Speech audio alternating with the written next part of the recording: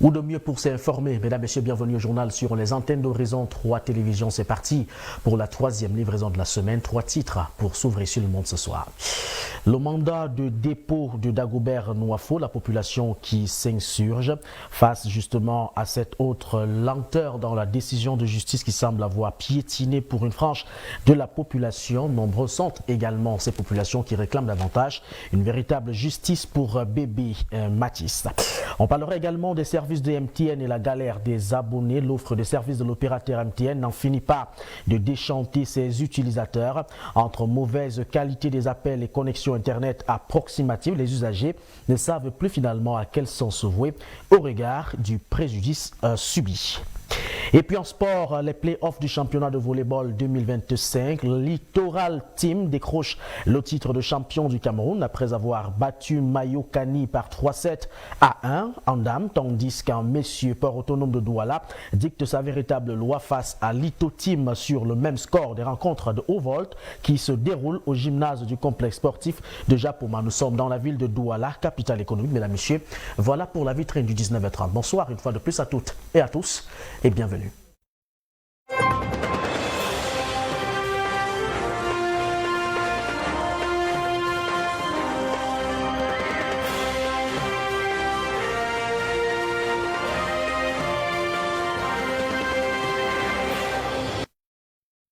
Et on le disait en titre, l'affaire du bébé Matisse continue de défrayer en tout cas les chaumières au Cameroun. Les faits sont assez particuliers. Il s'agit justement de cette réclamation populaire. Il faut dire que le présumé assassin de bébé Matisse qui a donc été déposé, mis sous mandat de dépôt provisoire à la prison centrale de Kounengi. À cet effet, une frange de la population qui s'insurge au regard de cette lenteur administrative puisque la décision de justice semble avoir justement piétiné. De l'autre côté, ces populations continuent de réclamer une véritable justice pour bébé Matisse. Reportage signé Gisèle Daou.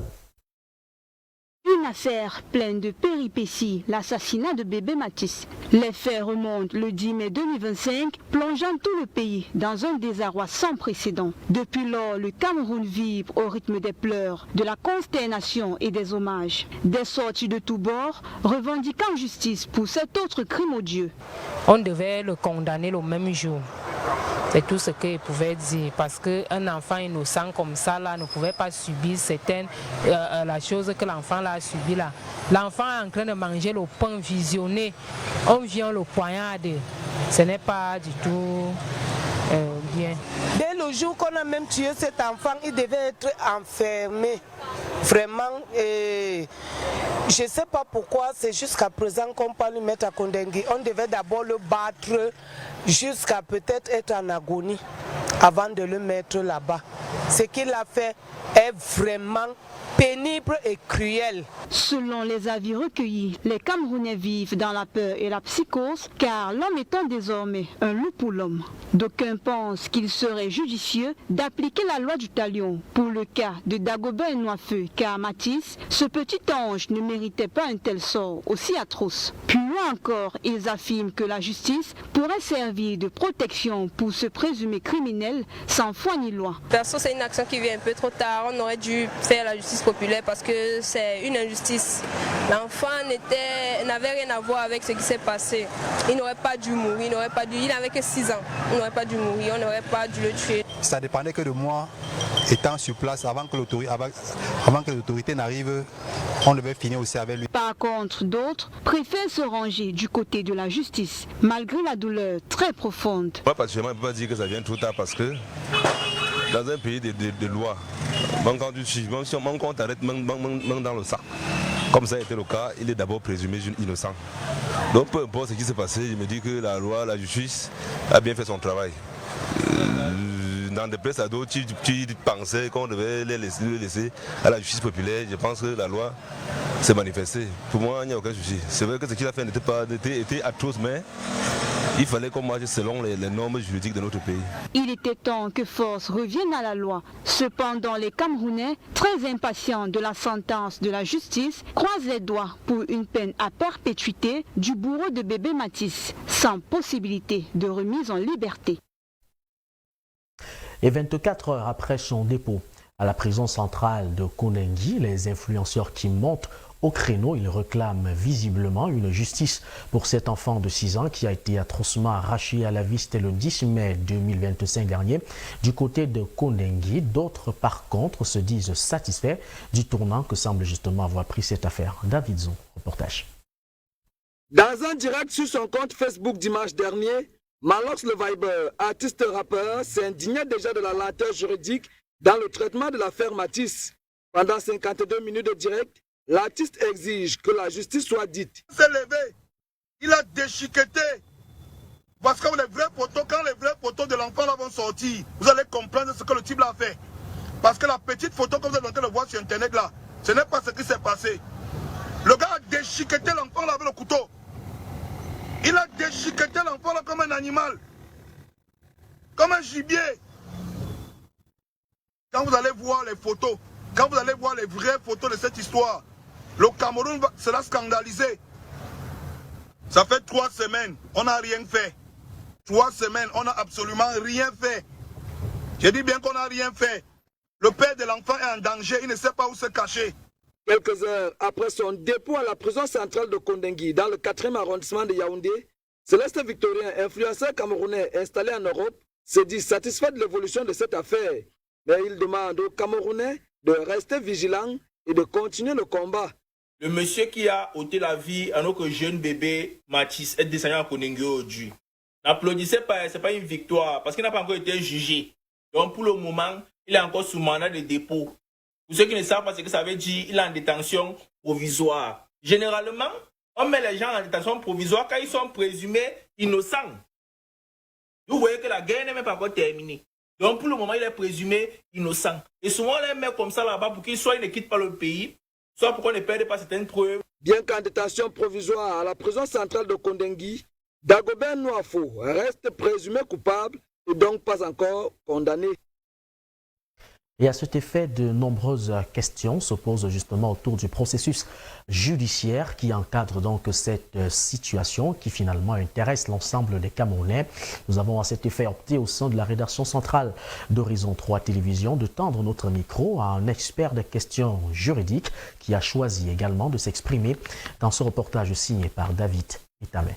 L'affaire bouleversante de l'assassinat du bébé Matisse, survenu le 10 mai 2025 à Yaoundé, continue de choquer et d'émouvoir la communauté nationale et internationale. La mise aux arrêts du principal suspect vient relancer le débat sur la forme juridique et les procédures qui permettent de punir de tels actes d'une extrême barbarie. La première étape étant la mise aux arrêts du principal meurtrier. Il faut savoir qu'elle fait référence à la détention préventive d'une personne suspecté d'avoir commis une infraction pénale avant un jugement définitif. C'est également une mesure de contrainte qui permet de garantir la présence du suspect devant la justice et éviter qu'elle ne commette de nouvelles infractions. Concernant le cas de bébé Matisse, notamment son assassinat, la garde à vue au Cameroun est une mesure de police judiciaire, il ne faut pas l'oublier, parce qu'elle permet la rétention d'une personne suspectée sous la responsabilité d'un officier de police pour une durée limitée en vue de la manifestation de la vérité. Généralement, le délai est de 48 heures,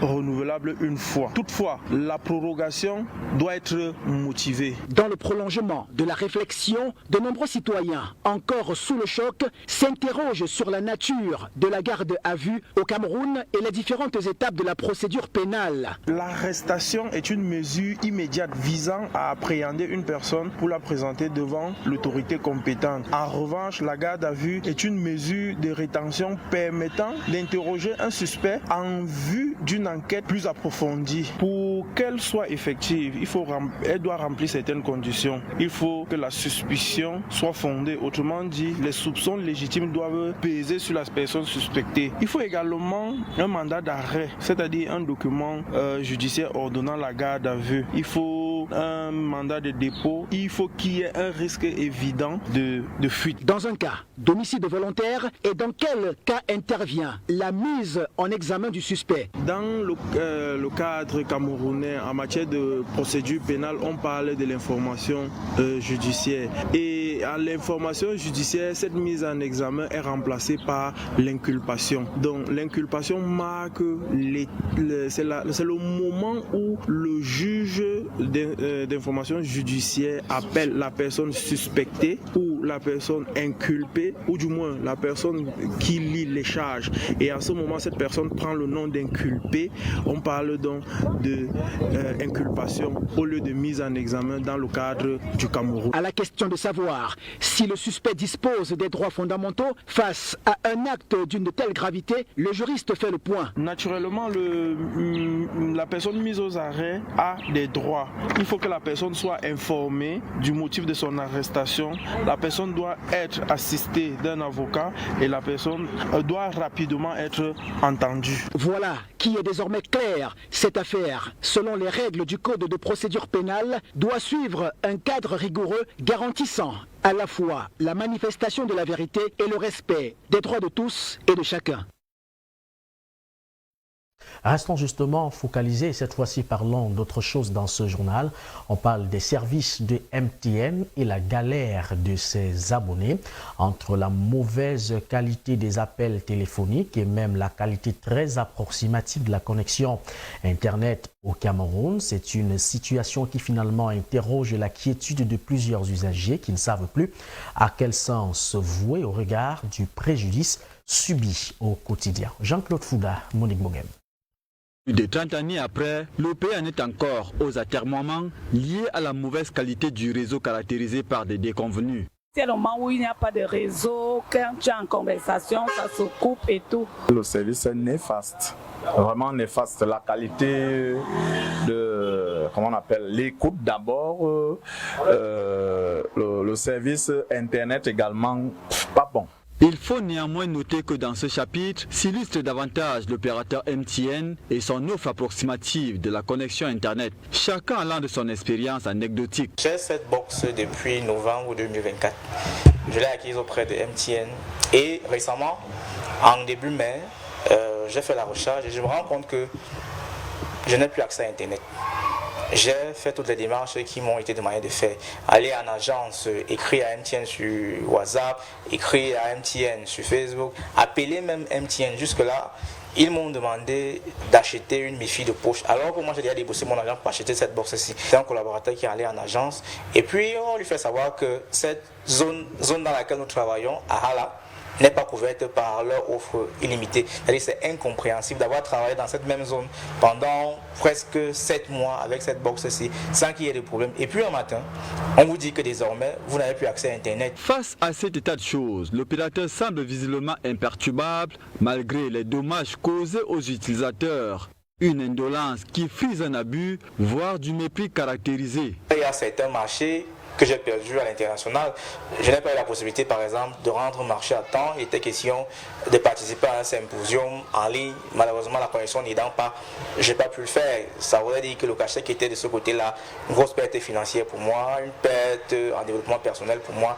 Alors, je vous parle, j'ai de la peine à communiquer avec certains partenaires. Selon les observateurs, l'obsolescence des infrastructures et le mauvais entretien sont pointés du doigt. Le Cameroun en général souffre d'un problème de connectivité. On a des services qui traînent à cause d'une connexion Internet d'un débit assez faible. C'est le premier problème. Aussi, cette connexion est hyper chère par rapport à la qualité des services offerts par notamment l'opérateur de télécommunications MTN. Il n'y a pas que MTN, il y a aussi Orange, mais comme nous parlons de MTN, effectivement, parfois vous relancez le service client pour poser vos problèmes, mais les réponses ne sont pas assez adéquates. Pour changer de paradigme, l'association de défense des droits des consommateurs monte au créneau. Pour cette entreprise, c'est normal, mais pour les consommateurs, c'est anormal. C'est anormal dans la mesure où la qualité du réseau est d'une extrême, je ne sais pas quel terme utiliser, d'une extrême gravité du réseau. Et en plus, les services même, au niveau du service commercial, il y a ce que nous déplorons au quotidien. Il y a de l'arnaque. Il y a la mauvaise qualité du réseau, il y a tout ça Et je crois que nous rejetons tout cela à l'ART qui ne fait rien pour les consommateurs. Et lorsque nous, les associations de consommateurs, montons sur le créneau pour dénoncer, l'ART reste silencieuse, elle ne dit rien et nous continuons à souffrir au quotidien. Au regard du coût élevé du service téléphonique au Cameroun, il n'est pas exclu d'envisager un boycott total pour espérer plus de considération de la part de MTN. Améliorer les prévisions des recettes non fiscales, justement dans le cadre du budget de l'État. C'est ce qui justifie la présence de ces acteurs clés du ministère des petites et moyennes entreprises, de l'économie sociale et même de l'artisanat qui prennent part depuis quelques heures seulement à cet important atelier visant ici à renforcer leurs capacités afin d'atteindre cet objectif visé. Nous parlons ici de ces recettes non fiscales et nous vous présentons quelques responsables de ce ministère qui sont visiblement à l'école. Reportage signé par David Zo. L'objectif général de cet atelier est de renforcer les capacités des acteurs intervenant dans la chaîne de recouvrement des recettes non fiscales dans les villages artisanaux. En clair, il s'agit de comprendre les enjeux liés à leur recouvrement, à la maîtrise des circuits et à l'identification des différents dysfonctionnements. Beaucoup d'administrations ont commencé à contribuer et il était question aujourd'hui, parce que le MINMESA également a inscrit un certain nombre de recettes dans la loi de finances 2025, il était donc question de donner les outils nécessaires à ceux des acteurs, n'est-ce pas, dans la chaîne, de pouvoir avoir un certain nombre de prérequis pour mieux effectivement maîtriser ces opérations.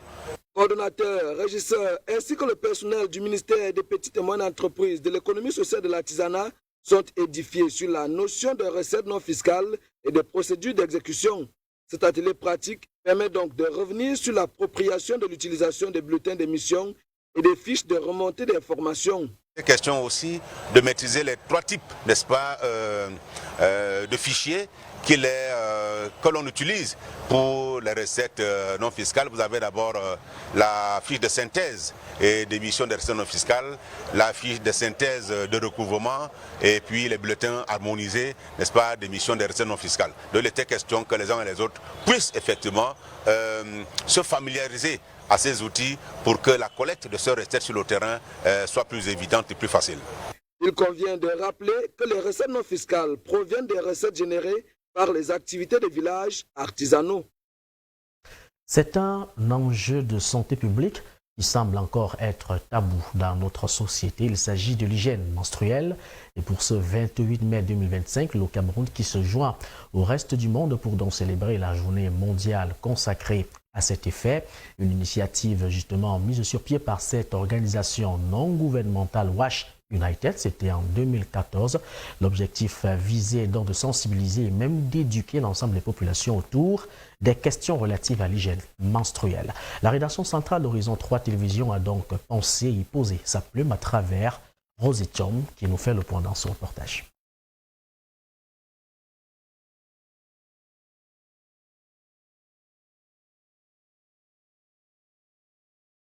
Certaines régions, le manque d'accès à des produits menstruels sûrs, à des sanitaires adaptés ou à une éducation adéquate engendre absentéisme scolaire, risque d'infection dû à une mauvaise hygiène et bien d'autres encore. Portant l'hygiène menstruelle, déjà il faut définir c'est l'ensemble des mesures et pratiques qui visent à préserver et améliorer la santé pendant la période des règles. Pourquoi c'est important? C'est parce que ça évite les infections. Pendant la période des règles, pendant que la femme saigne, le col est ouvert. Le 28 mai est un choix stratégique du fait de la durée du cycle menstruel qui est de 28 jours en moyenne et les règles environ 5 jours.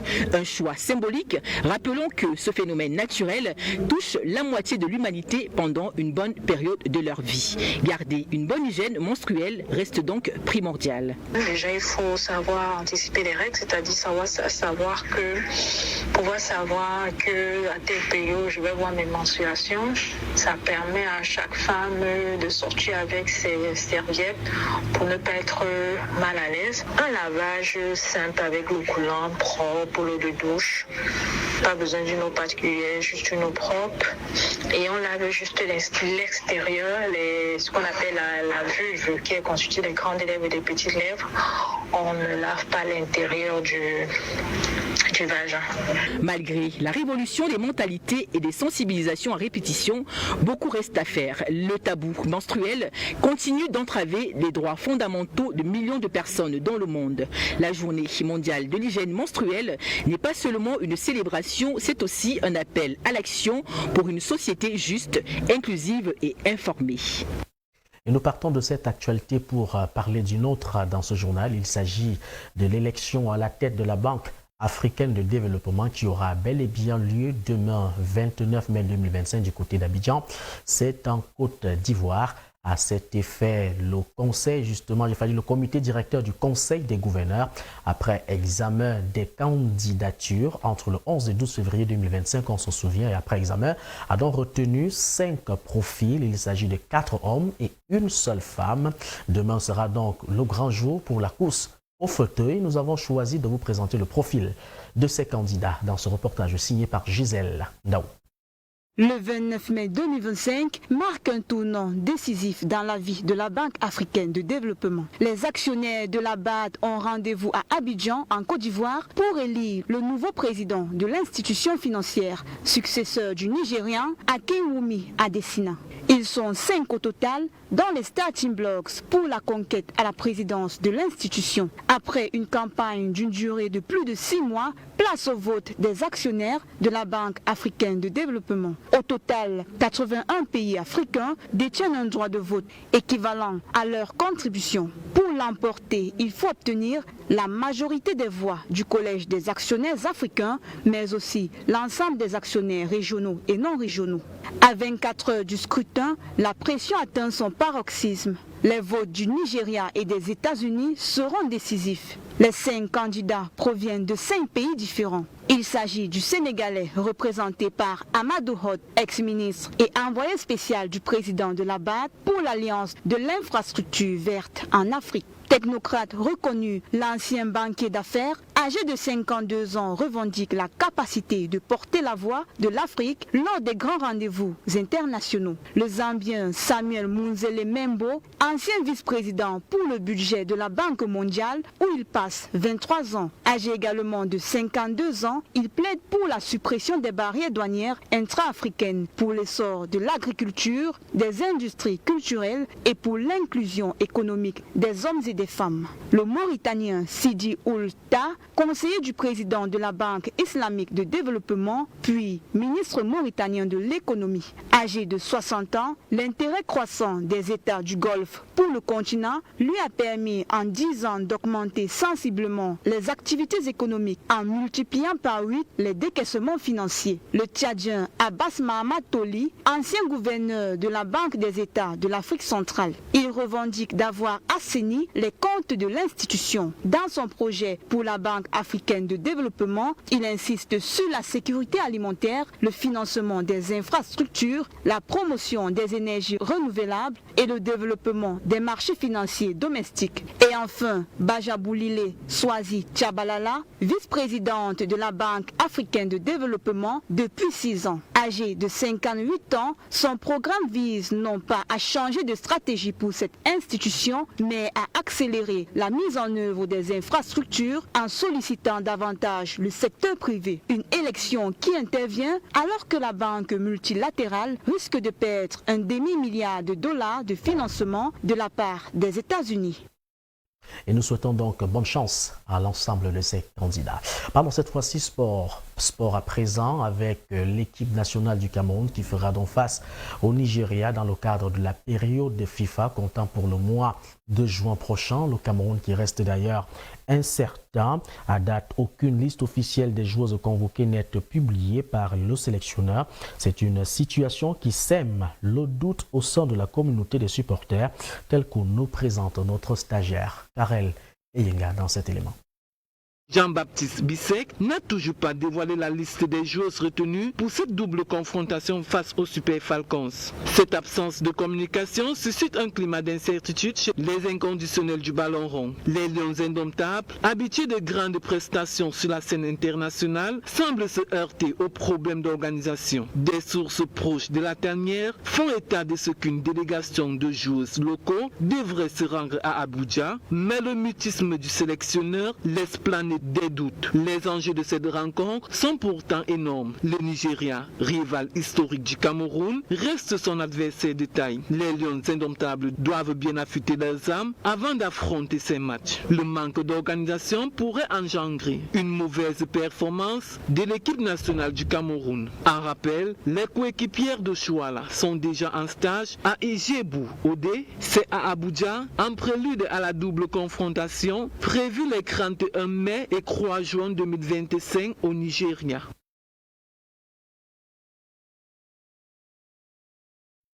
Restons toujours en sport pour cette fois-ci vous présenter les play-offs dans le cadre du championnat de volleyball 2025. Il faut dire que des rencontres de haute qualité de haut volt qui se tiennent et se déroulent au gymnase du complexe sportif de Japoma. C'est à Douala, dans la capitale économique. Alex Rodrigue Bekono nous dresse le bilan des récentes journées dans cet élément. Les deux équipes triomphent lors des playoffs disputés au gymnase du complexe sportif de Japoma dans la ville de Douala les 24 et 25 mai dernier. Deux équipes de la ville de Douala sacrées sur leur propre terre. L'Ito Team chez les dames et Port Autonome de Douala à monsieur s'adjuge le titre de champion du Cameroun. Des sacres qui surviennent à l'issue des rencontres âprement disputées au complexe sportif de Japoma. Une véritable satisfaction pour les différentes joueuses à l'issue de ce sacre.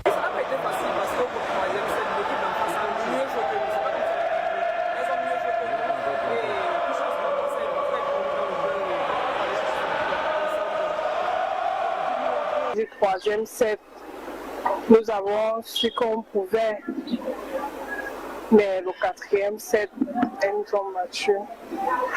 L'Ito Team Volleyball remporte ainsi la finale féminine en battant Mayokani par 3-7 à 1. Les pouliches du coach Roméo Mou. Du troisième set, nous avons su qu'on pouvait.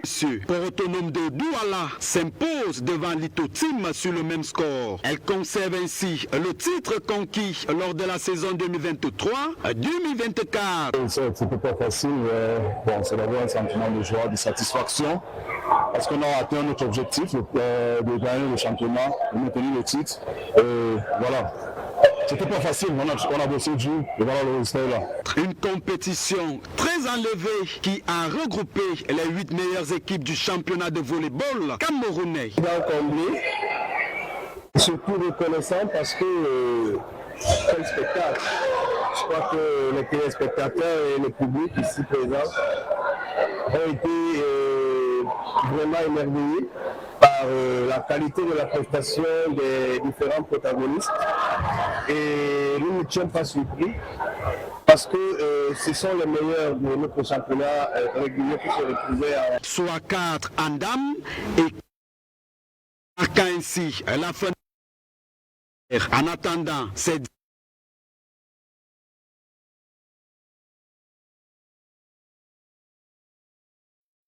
que dire de plus et quoi dire de mieux? Mesdames, Messieurs, merci. Merci pour votre attention particulière. Je vous souhaite par conséquent de passer une excellente suite des programmes d'Horizon 3 Télévision. Je vous laisse d'ailleurs en compagnie de Julio Arsenio dans le cadre de la Vespérale du soir Horizon Soir et l'ensemble de ses invités. Je vous donne moi rendez-vous demain lorsqu'il sera à 19h30 pour un autre boulevard de l'information. Ne l'oubliez surtout jamais parce que la connaissance reste et demeure le seul escalier qui vous conduira vers la richesse. Rassurez-vous, il n'y a rien de spirituel dans la pauvreté. Battez-vous de manière légale et dans l'honnêteté d'avoir beaucoup d'argent. À demain.